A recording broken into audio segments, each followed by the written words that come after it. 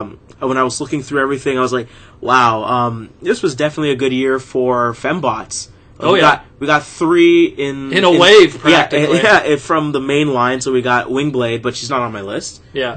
But we've got Arcee and Chromia, and so we finally have our definitive Arcee after all this time. So many, and the funny thing is with that Arcee too was the designer of it. If you know the story with that. Go on. Like the designer, the guy who did that Arcee toy was actually the guy back in BotCon 98 Japan when they used to do some Japan shows. American ones. There was a Japanese fan that did a amazing custom of G1 Arcee, and it was amazing. Like he used it with resin and die cast pins, and he won the like 3D competition for like customs. And fast forward years later, and he's the guy who designed this one. So it's kind of ironic, and you know, romantically appropriate. Right.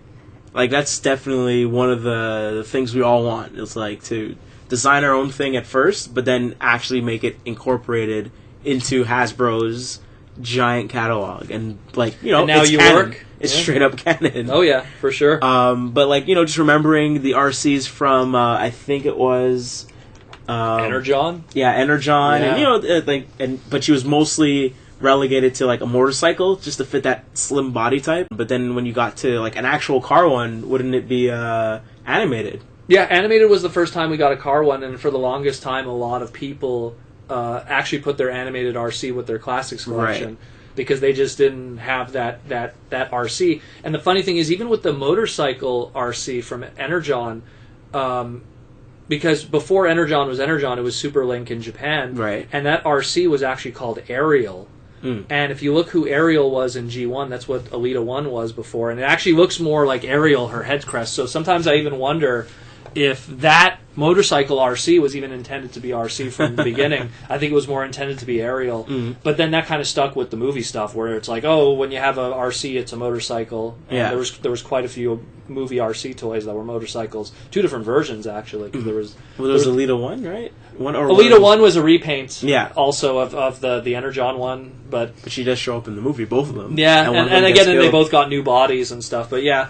It's just like it was great for RC to finally get that great figure, and the Chromia. That was my extra. Chromia to jump in. Yeah, in there. and Chromia also, who just like only in name has had figures that were repaints thus far, but now to get that definitive G1 and also style, what was it called again? RC from Prime. Yeah, from Transformers Prime. Yeah, she's always motorcycles. But like you said, it's just because of a design standpoint. Yeah. You know, you got to take something that already is slim as an alt mode. And they did a really good job with this one, though, for this Generations one to really, you know, fold and tuck everything to make it still slim and have dem hips. And have, you know, like they did a really good job. And the funny thing is that I believe, let me just look this up quickly.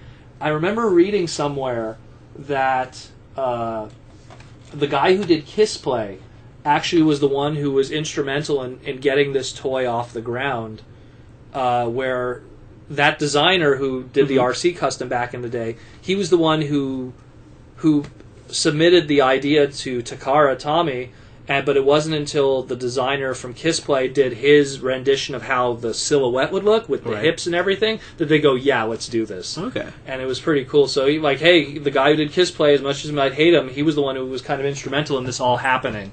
And just another point is that it feels like this year's 2014 is a really big year for fans. Like, just fans coming in and putting a little touch or a mark on the canon of the whole thing. So, like, Wingblade being fan-created, and then the artist for the Wingblade book working on it and everything. Yeah, Sarah Stone, who was previously a fan. Yeah. But that seems to be the primary reason why a lot of the IDW fiction is so popular, because even James Roberts was a fan. Yeah. You know, like he was someone who was part of the Transmasters newsletter back in the day in the UK.